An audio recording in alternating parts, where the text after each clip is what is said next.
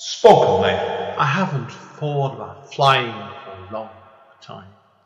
I haven't dreamed of that moment when I was alone above the clouds for a long time. I haven't dreamed of waking up in a room surrounded in blue and green grass for more years than I could dream of remembering. I haven't walked back into the past or scratched on the doors of my origins, where it all came from, since I held up that cape for the last time. Return to Kent Town 10th Year Anniversary Edition is a revised version of Andy N's first poetry book. The book can be purchased from Amazon and it contains numerous additional material. Spoken Label. Hi, it's Andy N from Spoken Label. Spoken Label was originally set up at the beginning of 2016, and records show it started off really as a one-off podcast chatting to writers, poets and artists. Over time, it became monthly, then weekly, and occasionally nowadays it goes on that to a more regular basis. To date, I've done over 330 sessions, and I'm always looking for new poets, writers, artists, singer-songwriters, general interesting creative people to come onto the podcast. You can find this on all the usual networks over Apple, iTunes, Spotify, Podbean, Podbay, and dozens of others. But it does have a central database of Spoken Label, which is all one word, .bandcamp.com. Obviously now, to help me with the running costs of this podcast, I'm always grateful for any kind of donation to assist me with it. You can either do the donation through the Bandcamp page by putting in a fee to download one of the free podcasts, or send it over to my PayPal to aen1mpo@yahoo.co.uk. My email address again is aen1mpo@yahoo.co.uk. Enjoy the podcast. Take care. Bye. Spoken Hey Label. guys, Andy N, Spoken Label, back in the house Sunday afternoon. It's cold again today. It's really cold. But we're over to see one of our old friends today for Spoken Label. And I have not spoke to this gentleman about a year. And he's a dear, dear friend of mine and Amanda's. We have the fantastic and utterly, definitely a one-off Richard Harris. Richard, how are you going, my friend? Hi, I'm fine. I've just recovered from getting bloody COVID again, you know. Oh, no, you said, yeah. Yes. Oh, no. We spoke briefly last Sunday and I was a bit dopey, and the reason why is because on Monday I came down with COVID, you know. And you think it's all gone, but it hasn't, and it's rife. But fortunately, with all these vaccines and things, it's just a really nasty week, isn't it? You know, and I'm better now, and I'm actually going out. I mean, you're allowed to go out with COVID on day one as long as you don't get near people. If you think about going into a supermarket, how do you manage not to get near people? You know, so you need to put a sign on your chest saying, "I've got COVID. Keep clear." Clear the supermarket. Well, but you're looking at something and somebody leans right over you, you know, and coughs in your face. So I was very good, and I stayed in. I stayed in Monday to Friday, and I'd blown clear negative 2 days. It's been tiring getting that again. But here we are, doing my first podcast of the year, which is very nice. I've got various gigs coming up, and I'm being booked for a festival in it's at March, I think, or April. It's in the diary. I'm very good at having the electronic diary. Without that, I'd be hopeless, because being retired, I'm 72 in a few weeks, and being retired, of course, every day is Sunday. You know, exactly. I just go and do what I want. It's absolutely delightful. Any of you that thinking I'll be bored when I'm retired, you won't. No. It's absolutely wonderful. It's absolutely fantastic. Brilliant. Yes. Now, we better backtrack, Richard, obviously, mate, because obviously there will be one or two people that obviously haven't don't know who you are from all the readings you do, Zoom and in person, and also this podcast. So tell us a little, just do it briefly, because obviously we want to talk about your books and future plans today more. Give us a little bit about your background, about yourself as a person, where your writing came from. Well, I've always written, and I had an uncle who was a London journalist, was a big friend of Marge Proops. If she's not before your time. No, I know. I've heard of Marge He then Proops, became yeah. public relations for not only the Athletics Association, but also for the Labour Party.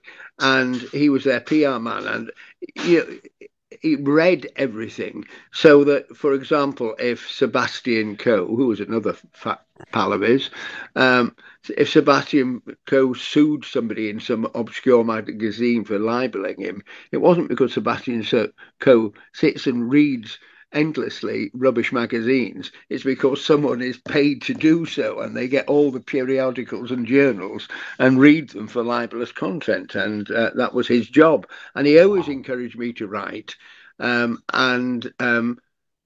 was a lovely, lovely man. I have 3 poems involving him, and he encouraged me all the time. You will probably have heard me mention the singer Petula Clark just once or twice. I have a passing interest in her. It's been passing since I was 4, when CD started to arrive, it was really quite desperate to get her stuff out, because they would, left to themselves, the record companies would just issue the greatest hits.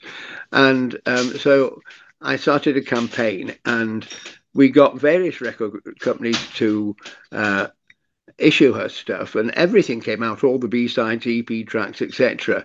And then I got hired as a sleeve note writer, freelance, for about 5 record labels, and I wrote Helen Shapiro, Sandy Shaw, Melanie Safka, Manfred Mann, Paul Jones, Dame Cleo Lane, and lots of Petula sleeve notes. So I had a discipline of writing, and writing factually and concisely, really, and telling the story.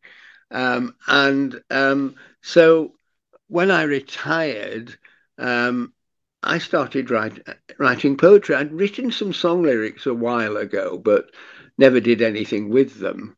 They were meant for Kenny Thomas, the UK soul singer, but because I thought, well, you can't send them to Madonna or Celine Dion, because you'd never get them through to them. But I liked Kenny's stuff, and I did intend to send all these love song lyrics to him, and never did. I've perform them as poems now, but that was 20 years ago. And then when I retired, I started playing around writing poetry, and there was never a decision, let me start writing poetry. I just started doing it, and after a couple of years, we moved to Withensea on the East Coast. I've always lived in Yorkshire all my life, and North, West, and now East. And there's a folk club. In fact, I'm appearing there in a week's time. And my wife dragged me to it kicking and screaming, because I thought it would just be a bad karaoke. And there were all sorts of people doing classic pieces, things like Marriott Edgar, who wrote Albert and the Lion and things that Stanley Holloway made so famous. I realise this is before your time, but they survive, I think. And Kenneth Williams and his Cod Wangler from the BBC radio shows Round the Horn. And these monologues were being done, but nobody seemed to say who had written them. And I just thought that was odd, because if I did a piece, I would always want to acknowledge who wrote it if it wasn't mine. It's so rare, I mean, I almost never do anyone else's. And people seemed to like what they were doing, but most people under 40 or maybe under 50 thought that they were actually performing their own work. And I thought, well, if they can do their work, I can do mine. And so the next is once a month, and the next time I went along with various poems, including an early one called Pirate Izzy, which is all about a game of pirates that my granddaughters and I played when they were toddlers. And it went down a storm. I got like a standing ovation for Pirate Izzy, and it was really amazing. And I thought, I have a little talent here. This is something I can do. Because, until you stand on stage for the first time, you have no idea whether anybody else likes your stuff, And it was a very fast track because within weeks I'd been invited. Well, within moments I'd been invited to an open mic. I didn't even know what an open mic was, and it was a music one. But I went between the singers, and they all seemed to like it. And then quite a well-known folk singer called Katie Spencer, who at this point was a 14 or 15-year-old little girl singing Dolly Parton songs, and now she's nationally famous. She's asked me if I'd come to a working men's club in Hull, so I did. And I made the most amazing band of friends there who are still all my friends. They're more like grandchildren in a way. I'm sure they all think it because they're 30 now. They were 20 then. And I'm over 70. It's really quite refreshing and different to be friends with you, very young people that you wouldn't normally meet. Within weeks, I'd got a phone call saying, could I go to the Freedom Festival, which is a very big thing in Hull, and it's where William Wilberforce came from, you see, so we celebrate freedom every year. And they asked me if I'd perform, and suddenly, instead of in a village community hall with about 40 people, I was in a marquee with about 800 people, and it was really this was all in about 5 weeks. And when I got there, they said, would I go to their on-site recording studio? And so I said, of course I will. I thought, this is bizarre, what's happening here?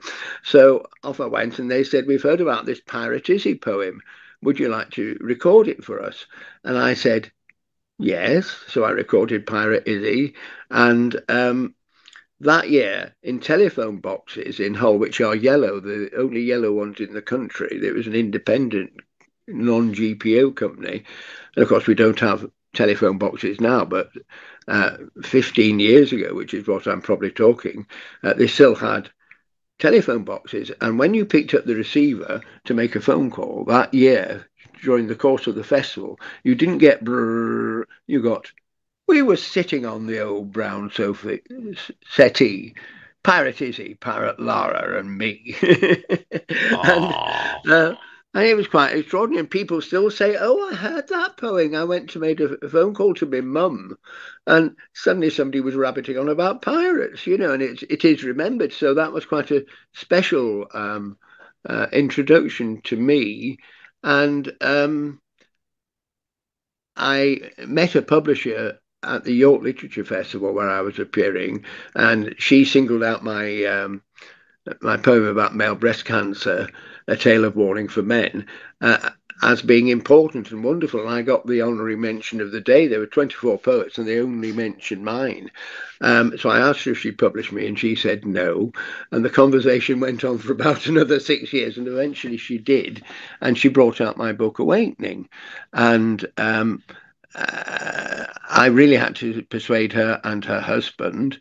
I did a BBC radio gig on Radio Humberside, and that convinced them. So they contacted me and said, we'll publish you, which was nice that it finally came from them. And it was their bestseller of the year. And Rose Drew, the publisher, keeps referring it to Awakening as an overwhelming success, which is a pretty good thing to have somebody say about your book. And that came out during lockdown, which was bizarre, not having a book launch, or I did have one, but online, but not actually in a pub or a cafe or a library or something like that. And then 18 months later, out came Iconic Tattoo, which was just as successful. It's amazing to me because in my bucket list, I want to be old enough to know my granddaughters as young adults, and they're now 13 and 14. So I would like to know them in their 20s. I would like to be at their weddings if they still have things in 10 years' time like that. And I wanted a book published, and that really, I'm not hugely ambitious. I don't need to do more. I'm just amazed to be at 72, to be honest. My mother died at 50 and my father at 63, so it seems very strange to be older than your parents and substantially older than your parents, you know. Yeah, And I know. so My I, mum's got to that stage now, Richard Shields, because she's older. She's older than both her parents were. So yeah, I know what you mean, mate. So yeah. Anyway, sorry, yeah, go on. it's bewildering because when I was 13 when my mum died, and there's a lot about that in the poems, but I thought, why her, why me? I thought it was like one of the worst times in my life, if not the worst time in my life, because she died of cancer and it was slow. And uh, it never occurred to me to think how young, because she was 50. It was 2 days after her 50th birthday. But at 13, 50 seems vastly old. And when I first started working, I went to a job and there were people who were 50 and 55. And I thought, bloody hell, I'm 19, you know. This is why are these ancient people still working? And that's what you think when you're 19. And of course, they all wore grey suits and had dark blue ties and brill creamed hair parted at the side, and they all looked substantially old, you know. But of course, when I got to 50, I thought, you fool, this is young. Life has This barely isn't old. started, mate. Life has definitely barely started at 50. I'm 51, so I know that. Yeah. So yeah. Now, Yeah. obviously, like you said before, you've told us about your two books and stuff. Now, tell us a little bit about the two themes in the two books and next, Richard, please, mate. Just a recap for people. Well, I'm a very is it versatile the word? I can write children, lovely, sweet children's stories. I write very rude, raunchy poems. Oh, I've I heard write both. sweary, angry Yeah. poems, particularly about politics.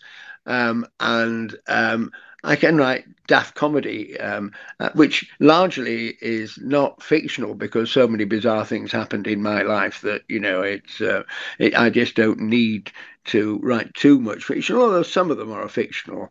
Um, and so I can do something that's, you know, a Black Lives Matter tragedy and make people cry and then pull myself together and do a daft comedy. So they're quite varied. I only put one comedy poem in Awakening, the first book, because a lot of it is my voice and I wave my arms and I gesticulate and, you know, gurn and things like that. And so I wasn't sure that they would work on paper. And so I just put one into the first book, and everyone kept saying, "Oh, that's great, that's lovely." And then there are a couple of others that are quite well known for me, and people were saying, "Why aren't they in? You know, why didn't you put that in? Why didn't you?" There's one called "Good Intentions," and I get requested to perform it continuously, and I kept getting people commenting, why isn't Good Intentions there? So I had to put that in the second book because there were people asking for it. And I compiled what I thought at my time, and bear in mind this is 5 years ago, were my um, finest work, the ones I was happy with. And it was probably about 90 poems. And I selected um, for Awakening the emotional ones, the ones that were desperately important to me that I wanted to be printed and out.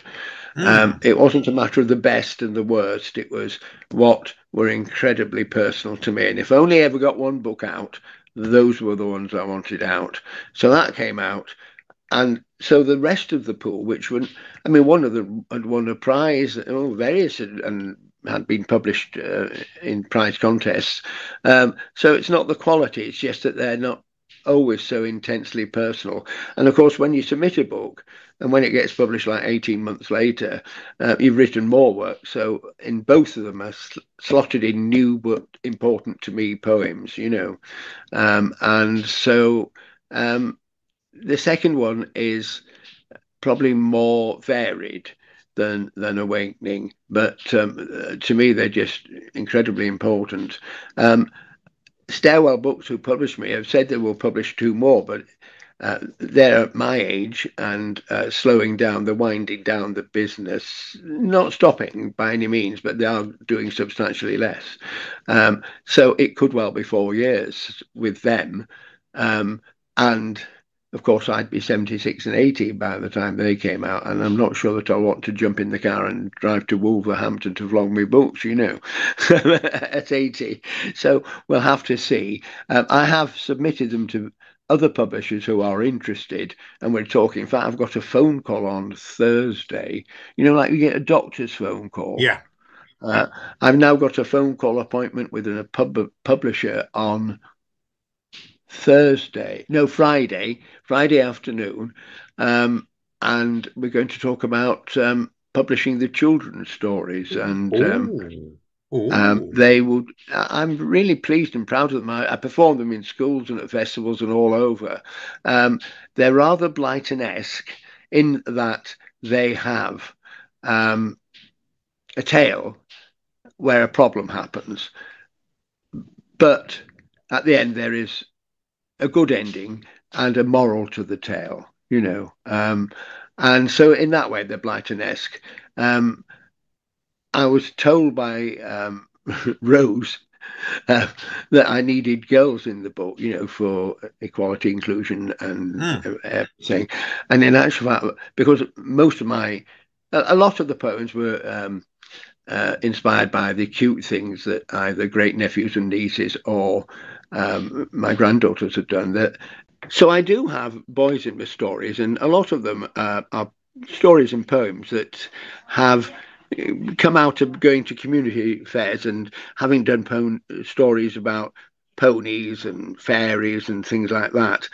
Then little boys have said, do you have one about a Viking, or do you have one about a knight? So those have come out of it. And in actual fact, I don't write a lot of children's poems now, but when I do, I make sure they're about boys to even it up. And I cover all the ethnic background, so that's good. It's very inclusive. Good. No, that's good to me, that, mate. Definitely. So, yeah, good luck, definitely, with that third book as well. So, now, you were telling me just off microphone before about you've got quite a few gigs booked in at the moment, haven't you, as well? I've got what, sorry? Got some gigs booked in, concerts, readings. Oh yes. I've got a festival coming up. That's the Springboard Festival at Cottingham near Hull, and I've been going to Filey for years. And in fact, at one point, I was really their poet in residence. Oh, brilliant! I'm appearing in Brig next week and in Hull next week. So there's always things coming up, and people asking me to do things. Oh, brilliant. No, brilliant. Good luck. Well, good luck definitely in the future, that one, Richard. Anyway, in concerts. And also, like you said, fingers crossed your third book as well, then, if it goes well. That would be good if it happens, but I'm at 72 and I'm happy. I'm not going to get all bipolar and worried and think, I must get another book out. If we get more books out, absolutely fantastic, and I'll be delighted. But I've got 2 books out, which I think for an older poet with a real publisher, I think it's an amazing achievement, and it just delights me. No, fair play. No, I agree with you completely on that one, mate. So, and you can buy both on Amazon and from Stairwell Books and from Barnes and Noble, and virtually good books, good reads. They're on all of them. So, Brilliant. If you want people to get in contact with you, Richard, how do you recommend they do it?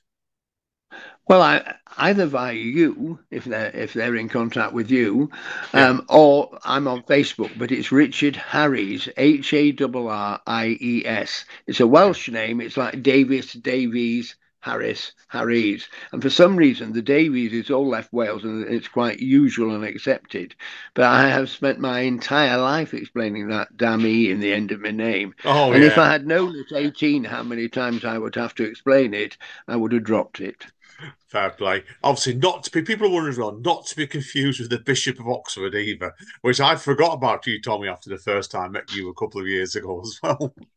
Well, I wondered if I'd have to use a pseudonym, because he's a hugely published author and has adoring Anglican ladies who put him on YouTube and all these things, So yes. It's exactly the same, but he's now Baron Harries of something unpronounceable.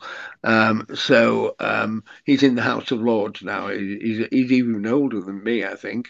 But I did wonder whether it would be an issue, but it just doesn't seem to have been. Maybe I've sold a lot of poetry books to adoring Christian ladies who've been then quite upset by the content. Who knows? Who knows? All I'm going to say is, well, let's hope it leads on to your third book then, mate. Definitely all the adoring Christian ladies then, basically, mate, Yes. with that one. So we won't tell your wife about that either. So right, Richard, we'll wrap up part one here, mate. I'm going to give you a bit of time for your poems in the second half anyway, mate. Yeah. Brilliant, mate. So come back, everybody. Richard's great. See you all in 2 minutes. Spoken Label. Hey guys, Sandy N, Spoken Label. The legendary, I like that word legendary because he is a legend. Richard Harris. Straight over to Richard. He's going to do 4 poems from us today. Now, I don't know which ones are going to be, so it makes it more fun. Take it away, mate. Hi, thank you. I thought I would do the title poem of the first book, Awakening. Not only because I love it, but because an amazing poet called Genevieve Ray, who is a really outstanding campaigner and artist and an all-round lovely woman, has recorded it. And I find that very flattering that somebody of great stature outside of my work has taken one of my poems and made it live, and she's done an extraordinary version. So this is Awakening. The vast stone woke up from its sleep of 1,000,000 years. It felt deep inside itself, down to its inner core, deep into the earth, to the centre of the planet. It looked outwards, down the steep hillside at the world, which had changed since it had last been awake. Then the planet had been verdant, fresh, pure. Creatures of all kinds had existed, giant lumbering beasts, small animals, birds and insects, all surviving and leaving no imprint, no destruction, no sign of their lives. Now the stone, the spirit of the earth, viewed with dismay the destruction of the planet. Creatures on 2 legs walked, ran, existed. Behind them they left things, mess, litter, destruction. Translucent things were on the ground and in the oceans, things that looked as though they would be there for thousands of years. Violation of the planet everywhere, grasslands covered, forests destroyed, smoke, pollution, everywhere so unnatural. The stone felt it should fight back, and it knew how it should. It could cause a volcano, create reaction the planet over, destroy these creatures, let the planet recover from them. But then it thought deep and went back to sleep, believing it could wake again in 1,000,000 years, and the destructive 2 legs would be gone, forgotten, having destroyed themselves completely. Great stuff, Richard, that one. Great stuff. Genevieve is absolutely stunning, and when she reads that, I'm like a jelly. And I mentioned I'm versatile and do daft things, so I'm going to do a daft one. Please and do. This is absolutely true. It happened. Now, I don't know whether I'm being sexist or not, but I'm not in my house. This is documentary true. And it's a tale of a conversation between a husband and wife, and the husband is the voice of reason. And it's called Husband and Wife Talking. Oh my God, our daughter's coming to stay and she's arriving today with her husband and kids. Oh my God, we have to clean. No, we don't. We have to clean and tidy away, fill the fridge, dairy-free, lactose-free, gluten-free too, fill the cupboards as well. No, we don't. Oh, tidy everything on the table, change the lampshades, dust the well, everything. Put the dirty washing out of sight, only pure cotton sheets on every bed. No, we don't. Oh, put things in the shed, weed the flower bed, prune the hedge, and mow the lawn. Again, wash the kitchen floor, dust the TV, sweep the front path. It's clean. Oh, don't be a bore. We'll do it again. Hang blackout blinds, fill dishes with fresh fruit, bake a cake. We'll be fine. Vacuum all the floors, wash the kitchen cupboard doors. Should we paint the garden wall? They're coming to see us, not the house. Now I know who'll win, so I'll shut up and grin. And then she arrived, emptied the car, dumped the travel for 4, put the girls to bed, sat and relaxed and smiled. And then she said, "It's lovely to see you both," and sighed. "Why isn't the white wine in the fridge?" And that happened in our house. But was it the roles reversed, Richard? Was it Eileen being the voice of reason there, or was it you? No, it was me. Our garden wall is about 400 yards long, and in COVID, in lockdown, in that funny, strange, sunny spell we had in spring, I did paint the garden wall, and it took me 5 days. Wow! Wow! And she thought she had thought I would just whip a brush down it, in half an hour before they arrived. Little did she know. That's all I'm going to say. Yes. I don't want your Eileen coming after me. People are wondering, so I'm going to say no comment. Well, I wind people up when I perform it. I say, of course, the voice of reason was the man, and they're all muttering, particularly the women. And by the end of it, they're howling with laughter and agreeing and saying, "Yes, it's just like that in our house." Because you get any visitor really, but certainly a relative or a daughter, then you really want everything to be like a show house, don't you? And we don't live in show houses. No. So this week, Melanie Safka, also known as Melanie, died. She had many hits and was a great singer-songwriter, a hero of Woodstock. And I kind of borrowed one of her songs in one of mine, and it's called Change Times.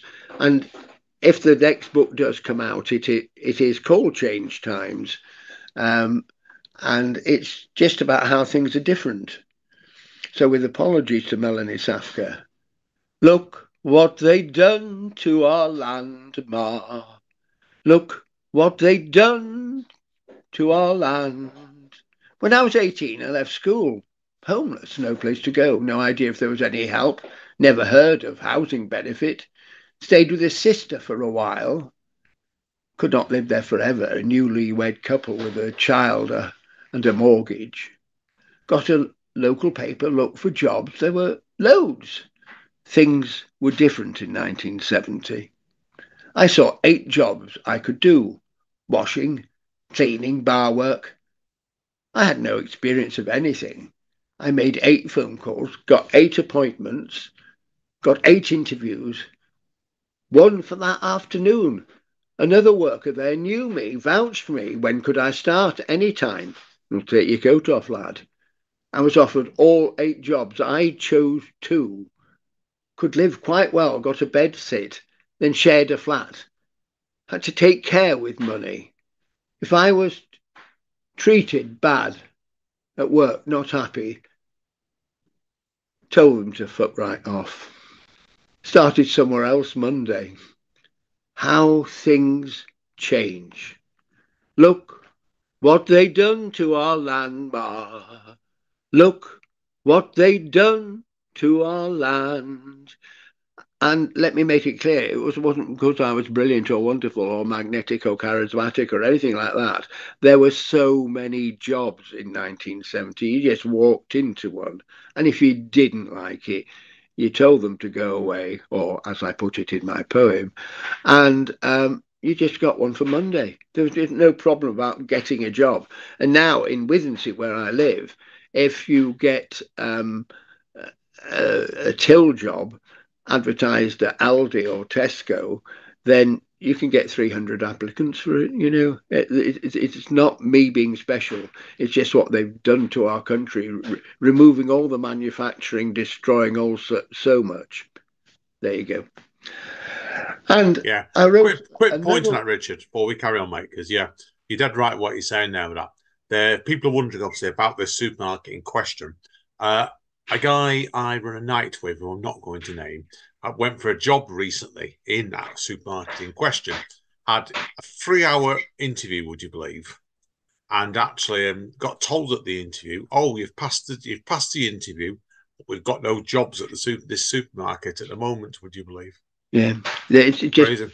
dreadful how you're treated. Some people say that the Tories are trying to bring us back to Victorian times and values. I don't believe that. I think that they're trying to take us back to medieval serfdom. I think they, I mean, now we have so many homeless people on the streets, and it's of course not just the Tories. I mean, Tony Blair, when he came to power, said that he would eradicate homelessness. Of course, he did nothing about it. And there's so many homeless now. At least in Victorian times, they had the dreadful, iniquitous and evil workhouses, but they did have roofs over their heads. They're trying to take us beyond that, in my view. But there you go. That's me. You'll gather that if you're a great fan of Mrs. Thatcher, please. I don't think you really want to read my book because you might be returning it to W.H. Smith or something, Or take it to a local charity shop. Yeah, but I know what you mean. Yeah. Yeah. Well, yes, it might not please you, and I do plan if they continue coming out that there are various sweary, ranty, angry poems, and they'd make a good book. Right. So I went to a workshop. I didn't run it. It was with a brilliant old poet called Jim Hygo, and we were talking lots about metaphors and similes and things like that. One of the metaphors that came to me inspired me to write this piece, and I quite like it. It's called Differences. The beard was long, so long, white and grizzly, hanging firm, and 6 inches down from the chin. It separated and hung down in 2 parts, making the old man's visage seem long, so long, his face so old. He lay asleep on the grass bank, and a bird, a wren, landed. It pecked at the wiry hair, then, discontented, flapped its wings and tried to fly away, but to its distress could not take off. Its tiny taloned feet caught fast in the mishmash of the hair. The rock was covered in seaweed, tangled and messy, many varieties, some long, some bulbous, all slippery, wet and slimy. Onto it crawled the crab, small and hungry, looking for nibbles to eat. It found some food and was happy. Eating contented him. He no longer had to hunt.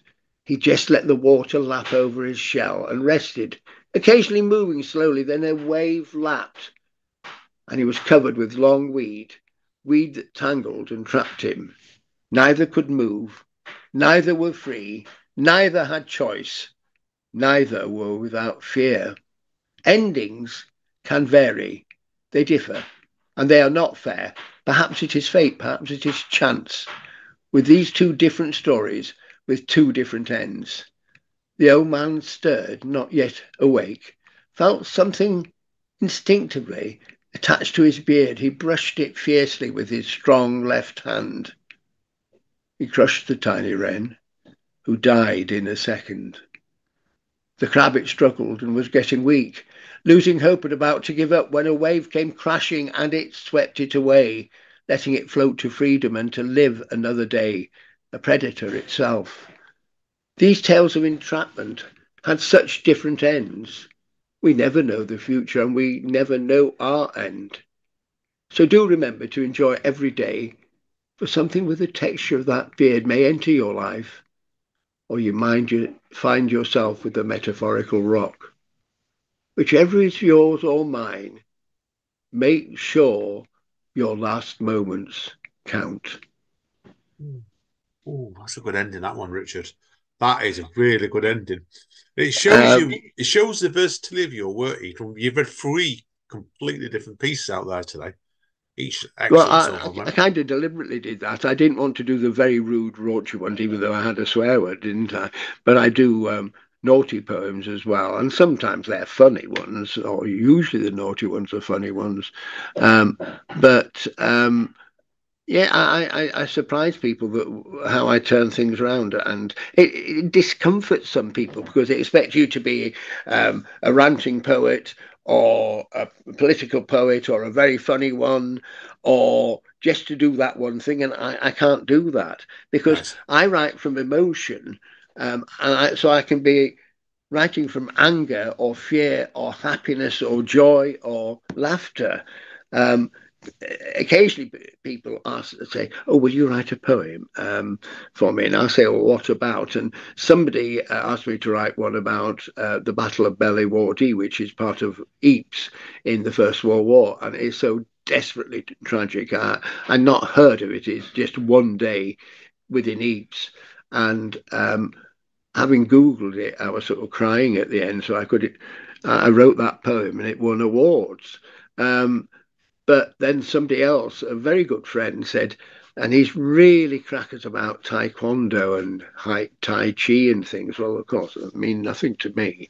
And I don't want them to mean anything to me. So he said, you're a poet. Will you write one for me? And I said, no. You should sit down because they move your emotions. He said, well, I'm not a poet. I said, well, you aren't until you try. But Exactly. if you actually Exactly. spilled out your emotions, you might have a good piece. But sorry, and I mean, I'm I've written about a lot of historical characters, Anne Boleyn and Eleanor of Aquitaine, people like that, and I'm very interested in that period, so I can write about them. But I've never been that interested in the current royal family, and the various Queen Jubilees, the late Queen. Um, I was asked to write nice, pretty pieces about her, I couldn't think of anything to say, so I had to say no. I'm not going Yeah. to just sit down and churn out trite something I don't mean, something that didn't come from inside of me. So I had to sadly decline it. It wasn't because I disliked the Queen or anything like that. It was that I really had no interest personally, and I'm sure other people do. And those people that were mad about her, uh, perhaps they might like to sit down and try and write something. Yeah. Yeah, yeah, agree completely, mate. So, right, conscious of the time for you, mate. Give us the big finale. I think we're up to your fourth one now. The big finale. Yeah, the fourth piece. Oh, I thought I'd done four. Are we done for? Uh, Oh, well, listen, I've I've done edited down. four. I'm probably getting mixed I up. have. I've done four. I'll edit it, mate. I'm going gaga. Well, no, give me 2 seconds. Count myself in. I thought you'd done three, actually. Anyway. If you want me to, I can do good intentions, whichever Yeah, you like. go on. Yeah, give us good intentions, mate. Wrap up then. People can see I've lost count of Right. time today. Yeah, give us another Yes. one then. Choose as your encore, This is, Richard. yeah. This is good intentions, which I'm asked for forever, and it's the only poem that I know perfectly well without reading because I no intention of learning all my poems. But I've done this one so many sodding times that I just know it. So good intentions.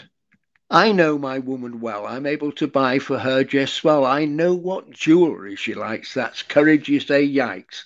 So yesterday I went into town and I did not buy a gown. No, I saw a blouse and a stole that matched. And it is my goal to try and please my beloved wife and be thoughtful throughout life. So I did what many men have not got the courage to do, but I looked at the sizes and I knew they'd fit my beloved one. So I did what I knew I should have done. I went inside that charity shop and did buy both of these great tops. Now, this was a great inconvenience to me, as I could not now afford to buy the vegetables for tea. In fact, I'd have to make a second trip to the shop to get enough fresh food to chop so that we could have a tea that was good, but this I was quite prepared to do, looking forward to the praise and appreciation that I was due. I got home and showed them off proudly. She to me did exclaim loudly, "Oh my, just why did you buy these tops? They are complete flops. You should not have paid cash. That was rather daft and rash." "Go on, tell me why," said I with a sigh. "Well, last Friday I donated them. You were with me that day when I gave them away, and last but not least of all, you have the gall to not have noticed I, and again She did sigh. I've been wearing them for the past 5 years. Honestly, you could drive me to tears. All I could say was, oops, and wow, I kind of remember them now. And when I first performed that about 8 years ago, I was at the Swanland Festival, and every big city has a terribly Tory posh area, and Swanland is north of Hull, and it's terribly nice. Village green, ducks, swans, ponds, and everyone who came looked like they'd been manicured, pressed and ironed, and were wearing posh clothes and came in Porsches, Jags, Ferraris, you know. And when I got to the charity shop line, they howled with laughter and stomped the floor and clapped because none of them had ever been in a charity shop, or if they had never admitted it. And it was like a professional performer because I had to wait for 25 seconds before I could speak again. And of course, you had to remember where you were in the poem and the rhythm of it. And at the end of it, a terribly well-dressed, Natalie dressed little man came up to me and said, "Hello," and I looked at him in his Armani suit and Valentino tie. I actually have a very similar story to your charity shop poem. I said, "Oh, do you?" He said, "Yes. I spent £847 buying my wife a handbag, and she did not like it." And I could only say, well, that's very similar to me buying carrots for £4, you know. So that's kind of almost become part of the performance. It was just so funny that this little man compared his Hermes handbag to my carrots, you know. But there you go. And I go in places and they shout, charity shop, please. Charity shop. And so I do that one. Brilliant. That's great stuff, Richard. Pleasure today, mate. Really enjoyed it today, my friend. I always enjoy talking to you, Andy. Yes. It's been a pleasure, mate. We'll chat more off mic, people are wondering, because I know me and Richard like when we get talking. So yes. I want to thank Richard again. You can get his books from where he said before, Amazon, all the usual places, but Stairwell Books of York. In particular, yes. Right. So, right. Thank you, Richard. Okie dokie, people. As Don Callis says at AEW Wrestling, stay safe and stay over. See you all next time. Spoken Label.